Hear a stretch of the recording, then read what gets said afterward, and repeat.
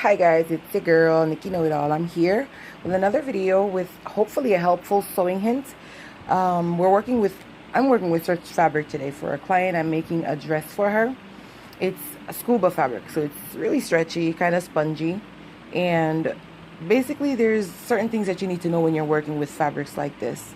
Like, first of all, I like to actually pin all my pieces together before I start sewing it. Some people think that pinning your pieces together, it's like you're not that professional, you don't know what you're doing or whatever. But for me, pinning my pieces together help the fabric from shifting.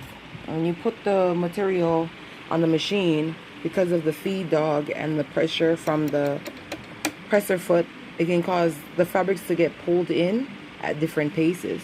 So that can cause it to shift, and then when you reach the end, one part sticks out further, and if you cut that off, it's going to have a very awkward fit. So the best thing to do is just basically open it up, pin it together, start your stitch again, stitch all the way up to the pin, and then pull the pin out. Don't pull the pin out until you reach all the way up to it. And then another thing, you don't want to sew over the pin, because sometimes when the needle hits the pin, it can cause the needle to break. So speaking of needles, the best needle for me that I use to work with stretch fabric is the universal needle. You know, you have your ball points, you have your standard needles, but I like universal because I work with a lot of different fabrics on a daily basis, so it's easy to switch over from one fabric to another without having to change my needles all the time. I realize that with some ballpoint needles, it can drop stitches and it just won't, it won't hold your piece together properly. So when I use a universal needle, it grabs every stitch, it comes out neatly, and everything is perfect. So another thing that you may need to know, speaking of needles.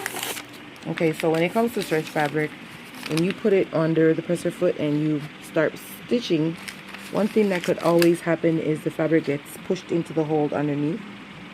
That can cause tearing when you're trying to pull the stitches out. And when that happens, it ruins your piece, because a fabric like this is super spongy. So once you try to open the stitches, it's going to be really damaged. So to keep that from happening, I use paper. Simple schoolbook paper, brown paper, grease paper, any paper. You just put that up underneath the back of it here when you're stitching. You just pin it there and then bring it up to the machine and then start stitching. When you do your back stitch and all of that, it won't cause it to push the piece into the machine. It won't cause it to push the piece into the machine, and it won't cause any problems. So another thing, I'm working with a multiple piece pattern here. So to keep my pieces lined up, as you can see, this is the pattern I'm working with. This one has a top, a bottom. It has the side, front, the skirt, front, side, front, back side, all that. So to keep up with all my pieces as I'm cutting them, so I know that when I start to stitch, to make sure that I stitch them properly, I put markings on them on the inside.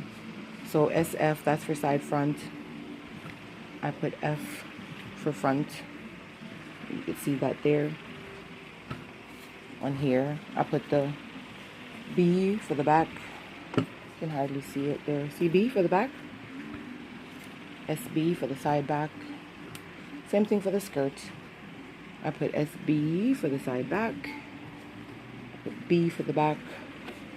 So that when I'm stitching, I have to question which piece goes where. Another thing is, as you can see, it has the center piece of the two side pieces. To keep my pieces lined up, to make sure I'm stitching the right side to the right side so it falls properly, I put a C right here at the center, knowing that that piece is going to stitch to the center piece. And I put dashed lines along the side that my hips are going to go to. See? I put the dashed lines, see, all the way down. So you know that's going to be the side. You won't stitch that to the center and make that mistake. You put the C where the center is going to meet, and then there's your piece there. So this is the center back. The zipper is going to go here. So I find that it really, really helps to work with pins, working with the papers, to make everything line up properly and have a perfect fit. So guys, if you like this video, push the button, press the like button, subscribe so you can always get more hints as I go along, and have a blessed day.